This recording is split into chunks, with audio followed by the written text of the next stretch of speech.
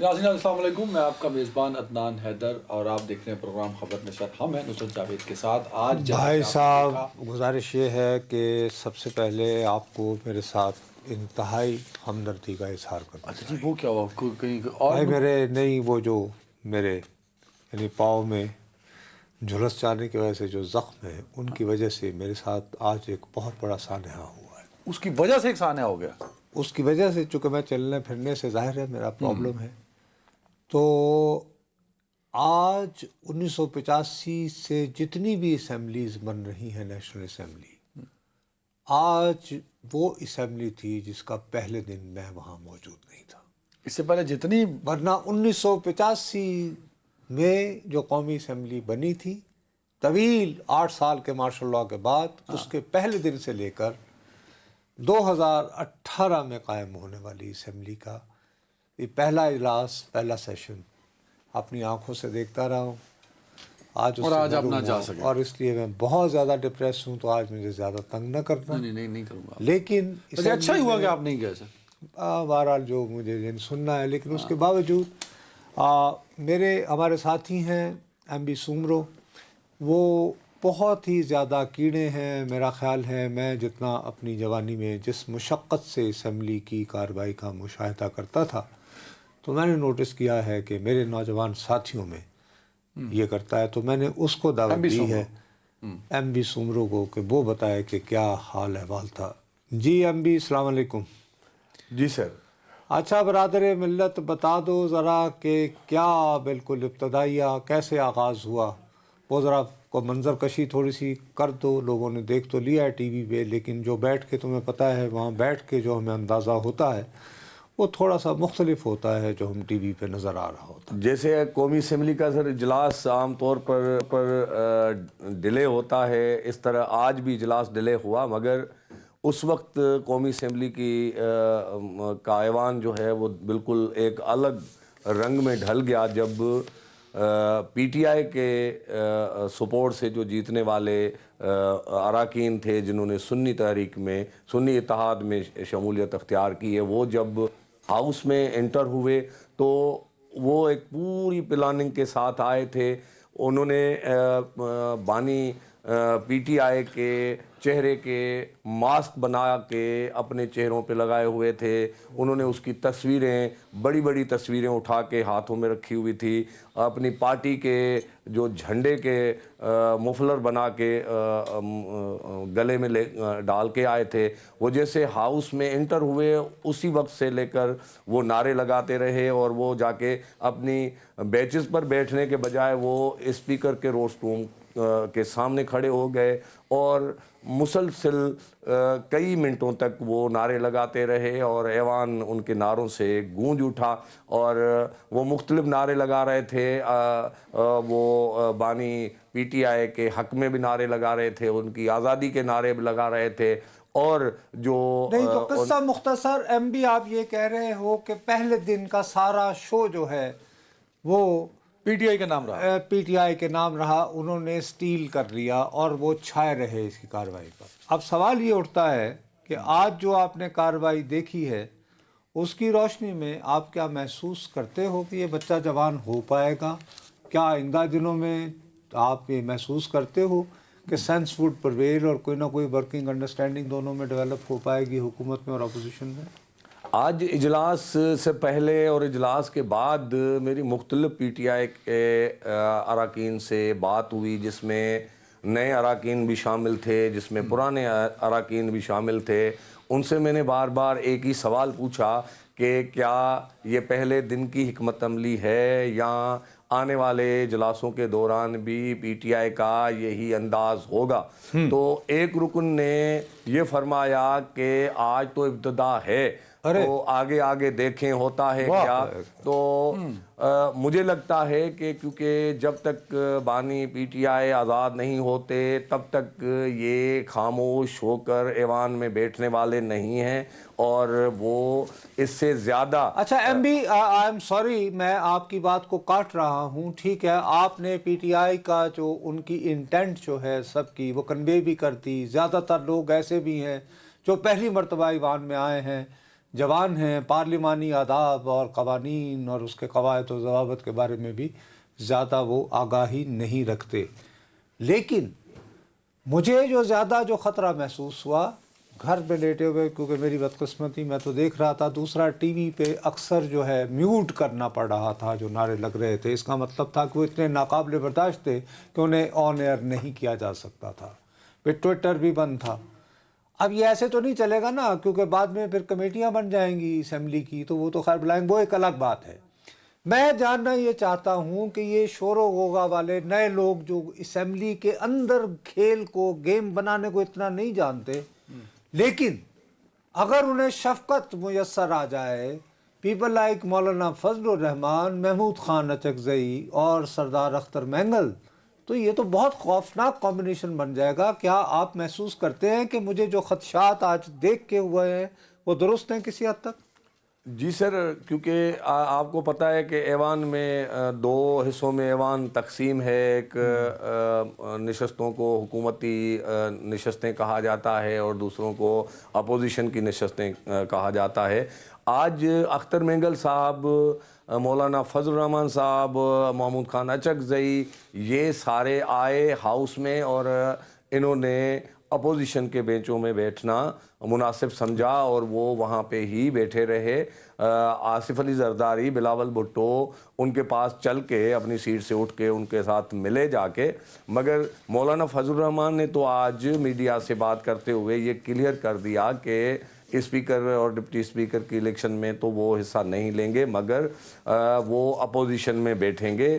اختر مینگل اور محمود خان اچکزئی کی بھی اس وقت تک بات چیت سامنے آئی ہے یا ان کا جو انداز سمجھ میں آ رہا ہے، ان کو پی ٹی آئی سے زیادہ شکایتیں ہیں الیکشن میں دھاندلی کے حوالے سے. اور بلوچستان میں جس دن 8 فروری کو الیکشن پولنگ ہوئی ہے، اس کے بعد تاحال مختلف اضلاع میں احتجاج کیا جا رہا ہے، جس میں محمود خان اچکزئی اور اختر مینگل صاحب کی پارٹی نیشنل پارٹی بھی شامل ہے. تو ابھی تک کیونکہ روایتی طور پر اختر مینگل اور محمود خان اچکزئی نیشنل پارٹی جو حاصل بنجزو صاحب، اچھا میں یہ جاننا اس ایک اور بات، یہ ان کے نواز شریف کے اتحادی رہے ہیں، مگر اس مرتبہ وہ پی ایم ایل این کے ساتھ حکومت میں بیٹھنے کے لیے تیار مجھے نظر نہیں آ رہے، اور مجھے مشکل لگ رہا ہے کہ اس مرتبہ. میں ایک سوال آپ سے پوچھنا چاہوں گا. مجھے یہ بتائیں کہ یہ کیونکہ سیشن سے 2 گھنٹے پہلے لوگ آنا شروع ہو گئے تھے، پی ٹی آئی کے جو حمایت یافتہ ہیں یا سنی اتحاد کے جو نمائندے ہیں، وہ تو جس تیاری سے آئے ہیں، تو کیا نون لیگ اور پیپلز پارٹی کے لوگوں کو ود ان دا پارلیمنٹ یا نیشنل اسمبلی کی بلڈنگ میں ان کی یہ ایکٹیویٹی نظر نہیں آئی؟ کیونکہ ماسک لے کے آنا، وہ بینرز اٹھا کے آنا، پھر ان کی وہ گروپوں میں بیٹھ کے گفتگو جب کر رہے تھے، تو ان کو خبر نہیں تھی کہ اس طرح انٹری ہوگی اور ایک بڑا پریشر ڈالا جائے گا؟ کیونکہ ہم نے یہ دیکھا کہ نواز شریف تھوڑے امبیرس ہو کے وہ اٹھ کے گئے ہیں، وہ خوش ہو کے نہیں گئے. تو نون لیگ یا پیپلز پارٹی اپنی، خاص طور پہ نون لیگ، اپنی لیڈرشپ کو اس طرح کے نعروں سے اور بیہیویئر سے کیوں محفوظ نہیں رکھ سکی؟ یا ایک کاؤنٹر پلان کیوں نہیں تھا ان کے پاس؟ دیکھیں، اگر اس چیز کو روکا جاتا، پہلے ان کے لیے کوئی اقدامات کیے جاتے تو ممکن ہے تو یہ نہ ہو پاتا. مگر کیونکہ ان اراکین جو نو منتخب اراکین ہیں، انہوں نے بہت دن پہلے اپنے کارڈ بنوا لیے تھے ایز اے ممبر قومی اسمبلی سے. اس کے بعد وہ مسلسل ہاؤس میں اسمبلی بلڈنگ میں جاتے رہے ہیں. ایسے بھی ہو سکتا ہے کہ انہوں نے پہلے ہی یہ بینرز اور یہ چیزیں کسی کمرے میں رکھ دیے ہوں، یا کیونکہ اب ہاؤس میں انٹر ہونے کے لیے کیونکہ کارڈ پوچھا جاتا ہے یا زیادہ سے زیادہ آپ کو کیمرہ ہوتا ہے، تو وہ آپ کو وہ جانے نہیں دیتے جب تک ان کی چیکنگ نہ ہو. باقی گاڑی کی مکمل طور پہ تلاشی نہیں ہوتی اور اس میں کوئی پیپر پڑے ہوئے ہیں، ان کو نہیں نکالا جاتا، کیونکہ یہ اراکین ہیں، ان کو گاڑی دکھاتے ہیں، وہ گاڑی ان کے اندر ہو ایک چیز میں جاتا ہے. ایڈ کرنا چاہوں گا نصرت صاحب، آپ نے تو تھے اس دن گیلری میں جب عمران خان صاحب والا واقعہ حلف لیا تھا، تو پی ٹی آئی نے پلان کیا تھا کہ کچھ لوگ نعروں کا جواب دیں گے، کچھ لوگ عمران خان کے ساتھ کھڑے ہو کے ان کو تقریر کا موقع دیں گے.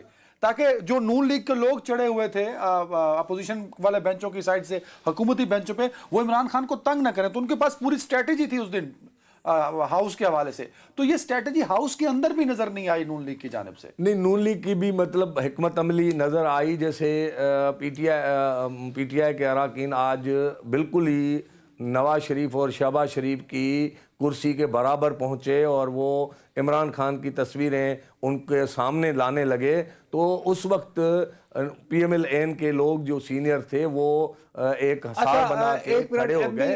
ایم بی بات سنو میری, ہم ایسے یہ ڈیٹیلز میں الجھ جائیں گے ان چیزوں میں الجھ کر. ایک بات میں صاف لفظوں میں کہوں, پتہ نہیں عدنان کو کیوں سمجھ میں نہیں آ رہی, جب دل ہی ٹوٹ گیا میاں صاحب کو ان کی توقعات کے مطابق اکثریت نہیں ملی تو ظاہر ہے کہ وہ وگر اور وہ اینگر نہیں ہے. دوسری طرف ان کا قائد جیل میں ہے اور وہ یہ محسوس کرتے ہیں کہ وہ تمام تر رکاوٹیں پھلانگ کر انہیں عبور کر کے ہاؤس میں پہنچے ہیں اور ہٹ کے بدلے. ایک یار انڈرسٹینڈیبل بات ہے. اچھا ہم اس بحث میں ہم بعد میں کر لیں گے, مجھے ایک سوال کر لینے دو. خواجہ آصف گھڑی والا پوچھنا چاہتے ہیں. نہیں یار, ایم بی میرے لیے بڑی حیرت کی بات تھی کہ دیکھو یہ یوسف رضا گیلانی صاحب کے پاس ابھی سینٹ کے 3 سال موجود ہیں, نمبر 1. نمبر 2, یہ بھی ایگریمنٹ ہو چکا ہے کہ قومی اسمبلی کی اسپیکرشپ جو ہے وہ تو مل گئی پی ایم ایل این کو, تو سینٹ کی چیئرمین شپ جانی تھی گیلانی صاحب کے پاس, سوری پیپلز پارٹی کے پاس. اب گیلانی صاحب کے بارے میں ہر آدمی توقع کر رہا تھا کہ جی سابق وزیر اعظم رہے ہیں اور بہت اہم عہدہ ہے, کہ جیسے صدر صاحب ایک مرتبہ پھر آصف علی زرداری بن رہے ہیں, تو سینٹ چیئرمین ظاہر ہے کہ اس حوالے سے دوسرا بڑا عہدہ پروٹوکول کے حوالے سے ہوتا ہے, تو شاید وہ ہوں گے. لیکن انہوں نے آج قومی اسمبلی کا حلف لے لیا, تو یہ انہوں نے سینٹ کیوں چھوڑا ہے؟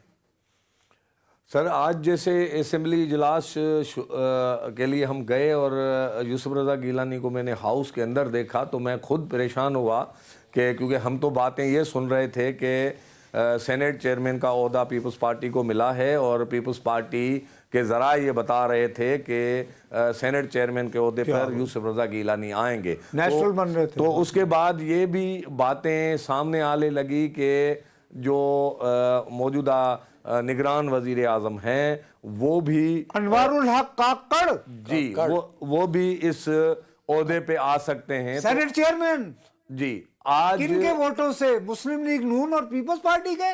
وہ سر جی آج یوسف رضا گیلانی نے حلف لیا ہے ایز اے ممبر, تو وہ تو اب سینٹ کے ممبر نہیں رہے, تو اب یوسف رضا گیلانی تو دور سے چلے گئے. جو آپ کا سوال ہے نا کس کے ووٹوں سے, نہیں, یہ میرا بہت امپورٹنٹ سوال ہے.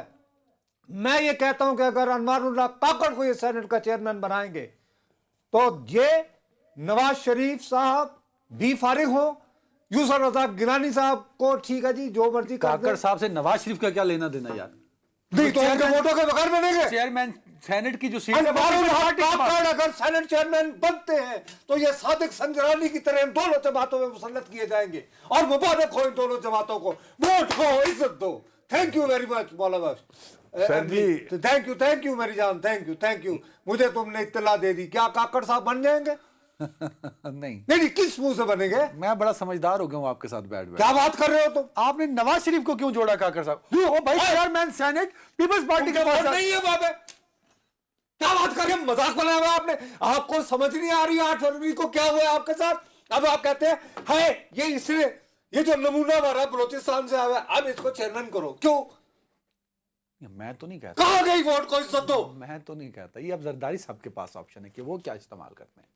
آج گیلانی صاحب کا حلف اٹھانے ایم بی کی بات میں وزن ہے, ایم بی کی بات میں وزن ہے کہ اگر گیلانی صاحب نے حلف اٹھایا ہے اس کا مطلب ہے کہ زرداری صاحب بیک فٹ پہ گئے. بابو میں نے ایم بی کو بلایا اسی وجہ سے تھا, نمبر 1 کہ میں نے تمہیں کہا کہ میں جس اپنے جونیئرز میں سے سب سے زیادہ جس کی مشاہدے پہ اعتبار کرتا ہوں. دوسرا میں نے اس کو کیٹیگوریکلی سوال پوچھا کہ یار یہ گیلانی صاحب نے کیوں ووٹ لیا ہے؟ کاکڑ صاحب پہ آپ کو کیوں اعتراض ہے؟ پارٹی ان کی. میں کہتا ہوں کہ کاکڑ صاحب یہ جن لوگوں نے ووٹ کو عزتوں پہ مار کھائی, صادق سنجرانی میں اور کاکڑ میں کیا فرق ہوگا؟ صادق کاکڑ اس کا مطلب ہے کہ یہ دونوں پھر تو وہ نعرہ چلے گا ہم کو غلام ہیں, کاکڑ نہیں ہو سکتا. اور اگر یہ کاکڑ کو قبول کرتے ہیں تو دین شہباز شریف صاحب انوار اللہ کاکڑ 2. نہیں یوں تو نہ yes I am seeing it now. گولی مار دو مجھے. یہ کاکڑ بات صاحب مجھے کریڈٹ جاتا ہے کہ انہوں نے مشکل وقت میں حکومت سنبھالی ہے. ہاں کون نے کیا مشکل دیکھی؟ نہیں وہ نگران جب حکومت آئی 3 مہینے آئے, سیر کرو, جھوٹے لوگو, انگریزی بولو, جاؤ. کیا بات کہی یار. 2 بڑی جماعتیں, ان کو ابھی تک سمجھ نہیں آ رہی کہ لوگوں کا مزاج کیا ہے. انوار اللہ کاکڑ کب پی ایم ایل این کے ممبر تھے؟ پی ایم ایل این کا لینا دینا پیپلز نہیں ہے پارٹی اس کے میں. کب تھے؟ یہ سر طے ہو گیا کہ اسپیکر آپ کا, چیئرمین سینٹ ہمارا. نہیں کس کا؟ یعنی کہ نون لیگ اور پیپلز پارٹی کے. آپ کو اقتدار بخش قوتیں کہہ رہی ہیں نہیں کہ کون کہہ رہا ہے؟ اب ایاز کھل کے پھر بات کرو. ایاز صادق صاحب اسپیکر بنے, ہاں یہ زرداری صاحب کی مرضی سے بنے نہیں, ان دونوں میں ایگریمنٹ ہے نا کہ میں بناؤں گا اسپیکر. اور بابو ان دونوں جماعتوں میں ایگریمنٹ ہے کہ آپ قومی اسمبلی کا اسپیکر ہمارا, نون لیگ کا, سینٹ کا چیئرمین آپ کا, پیپلز پارٹی. تو کاکڑ صاحب ان دونوں میں سے کون سی کاکڑ جماعت صاحب نہیں, انوار اللہ کاکڑ ان دونوں میں سے کس جماعت کے ہیں؟ ابھی وہ پیپلز پارٹی میں جائیں گے. جائیں گے. سینٹ کا یہ الیکشن پہلے کلیئرنس ہوگی. انہیں کون بھیجے گا وہاں پہ؟ آج رات جو میٹنگ ہونی ہے 8:30 بجے, وہاں ہوگی اس کی کلیئرنس انوار کاکڑ کی. 8:30 میں 10 منٹ رہتے ہیں. میرا خیال ہے کوئی میٹنگ ہونی ہے میری تو وہاں ساتھ جائیں گے یہ کاکڑ صاحب, آصف زرداری صاحب ساتھ. میرا خیال ہے روز آپ آصف زرداری کوئی نہ کوئی میٹنگ طے کر لیتے ہیں. میرا خیال ہے آج ہے, میں نے سنا تھا. آج پھر ہے تو کیا کاکڑ صاحب جا رہے ہیں یعنی پیپلز پارٹی میں شمولیت کے لیے جا رہے ہیں؟ آپ کو ہے. اور آصف علی زرداری ان کو ایکسیپٹ کر لیں گے, کہیں گے ہاں. اور میں بھائی آپ کو تعریف بنانے کا اتنا شوق ہے, میں تمہیں عجیب سی بات لگے گی, وائی ناٹ پاکستان کی پہلی خاتون سینیٹر کرو. وہ کون ہے؟ سعدیہ عباسی, شیری رحمان. ہاں پیپلز پارٹی سے. بھئی یہ تو پیپلز پارٹی ہے نا. اچھا وائی ناٹ. شیری رحمان کیا سینٹ چیئرمین چلا سکتی ہیں؟ بڑا مشکل ہوگا اس سینٹ چیئرمین چلانا. اچھا کاکڑ صاحب نے ثابت کیا, دیکھو انہوں نے کیپیسٹی بتائی اپنی کہ مشکل حالات میں وہ جواب دینا چاہتے ہیں. بس ہے کہ جواب آتا کم نہیں آتا. اچھا تو باقی یہ کہ ورنہ یہ کہ رضا ربانی میں کیا برائی ہے؟ وہ تو چلو ونڈیکیٹ کریں اس کی آنر. کیا بات کرتے ہو؟ جس کو چھین کر جس سے آپ نے بنایا تھا, صادق سنجرانی تحفہ دیا تھا, اور جمہوریت کی بحالی کے لیے بھی کچھ کر لو. اور اگر تم نے اپنی نوکری چلانی ہے تو نوکری چلاؤ, ہم جیسے لوگوں کو دیوانہ مت بناؤ. بہت بے وقوف بنا لیا ہمیں. یہ کیا بات ہوئی؟ کیا تمہاری جماعت میں کوئی بندہ نہیں رہا؟ دیکھیں حالات سمجھے نہیں, کیا حالات ہیں؟ حالات یہ ہے جذباتی وہ ہمارے ساتھ ہے کہ نہیں. فرشتے کون سے جو ہوتے ہیں, یعنی اللہ کی غیبی کوئی تائید ہے کہ نہیں, غیبی مدد ہے, یہ کیا بات ہوئی ہے؟ وہ تو ساتھ ہے آپ کے, ان کے ساتھ ہے. حالات کی. دیکھیں زرداری صاحب بڑے زیرک آدمی, وہ حالات کی نزاکت کو سمجھ رہے ہیں. کیا شہری رحمان صاحبہ اس نازک حالات میں چل پائیں گے؟ اور کاکڑ چلائیں گے نہیں. دیکھو جو کبھی پیپلز پارٹی میں شامل نہیں رہے. اور سبحان اللہ, رضا ربانی صاحب سخت طبیعت آدمی, وہ کیسے ایسے مشکل حالات میں سینٹ چلاتے ہیں؟ پھر سینیٹری نہیں سی کرانا. سینٹ اور نہیں, کوشش تو بہت کی تھی, آخری نمبر پہ رکھا ہوا تھا. یہ بھی ایک فیکٹ ہے. یہ کیا بات ہوئی؟ نو نو نو, کوئی don't tell me a story which I can't buy please. چلو اب ملاقات آپ نے بتا دی زرداری صاحب کی, اس کا نتیجہ کیا نکلے گا؟ ایک بریک لے لوں میں, بریک لے لیں. یار بات سنو میری, میرے ساتھ جو ہے نا, میرا ایک میں ویسے ہی دکھی تھا میں یہ سن کے, اور مجھے ویسے کام کری کرسی چینج کر دی, تسی اتھے آجو میں ادھر چلا. یار مجھے خدا کا واسطہ, میں ایمان سے تم یقین مانو, میں باقاعدہ یہ گلاس تمہارے منہ پہ مار سکتا ہوں. میں اس وقت اتنا سر پہ مار رہا تھا, منہ پہ نہیں. منیر نیازی صاحب نے ایک شعر لکھا تھا, بار بار آ رہا ہے میرے ذہن میں, بخدا میری ساری زندگی کو بے ثمر اس نے کیا, میری ساری زندگی کو بے ثمر اس نے کیا, عمر میری تھی مگر اس کو بسر اس نے کیا. یار یہ سیاستدان ہمارے 2 نمبری ہے, ووٹ کو عزت اور کاکڑ کے یہ نام بھی کیسے آئے. اس کے بعد ہم کو غلام ہے, حقیقی آزادی کا سفر. ایک اور چلے جی, ہم نے کہا یار ایک مل گیا ہمیں, یہ 2 نمبر کے لوگ تھے, شکر ہے جی کو آیا بندہ, ان سے بہتر ہوگا. وہ خط لکھ دینا 28 فروری کل. ہاں مجھے پتا ہے اب کل سارا IMF. اچھا ایک تو ہمیں تو حقیقی آزادی دلوانی ہے, یہاں کو قرض لین جائیے, مہاجن کو خط لکھتے ہیں, انہیں کہتے ہیں, سب سے پہلے انہیں یاد دلاتے ہیں کہ اگر اطلاع نہ پہنچی ہو کہ پاکستان کی سب سے بڑی اور سب سے مقبول جماعت کے سربراہ